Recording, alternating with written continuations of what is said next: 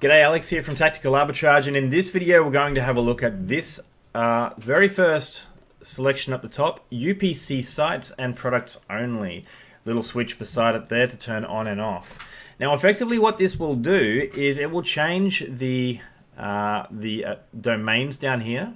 So as you can see at the moment there is a series of options, UPC search or title search, and if I turn this switch on, we will now only see UPC search selections. Now what is UPC? Well, UPC stands for Universal Product Code, and essentially that relates to the numbers at the bottom of a barcode.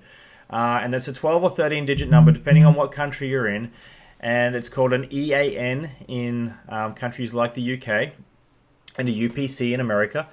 And what we're doing is this selection of stores you can see here actually has the UPC embedded into a lot of the products in the code. So we can extract that UPC data and make a very effective match against the UPC data that Amazon has in their databases.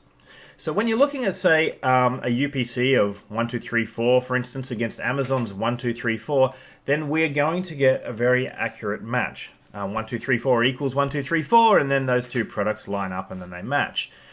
Now with title matches, obviously you're going to have some inconsistencies. If you have, for example, Nike Air Jordans and we can't get the UPC, we can only get the title, and then we come across and we're searching Nike Air Jordans over at Amazon, we're going to be offered a selection of title products, and we do our absolute best to grab the best title match.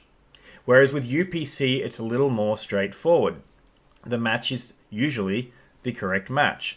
So for newbies, this particular switch here is extremely useful.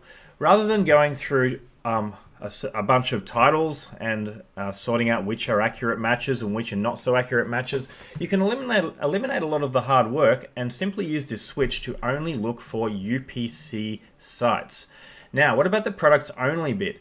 Now, UPC products only ties into this. At a website we're extracting the UPC data from, not necessarily every single product at that site will have the UPC data. You might find that all of the UPC data is in there for toys, but they haven't necessarily put as many UPC items in the code for their kitchenware products, for instance. So what Tactical Arbitrage will do is it will, if this switch is turned on, if it sees a universal product code, then it will process the product and apply all the filters and send it through to the view data page.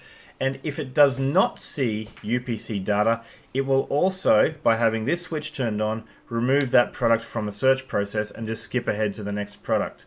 So that combination of UPC sites and only showing you UPC products will make sure for a lot of very accurate matches in your results, and again, very good for newbies. So I'm going to move on to the next video now. Thanks for listening, and I hope that gives you greater clarification on what the UPC sites and products only switch entails.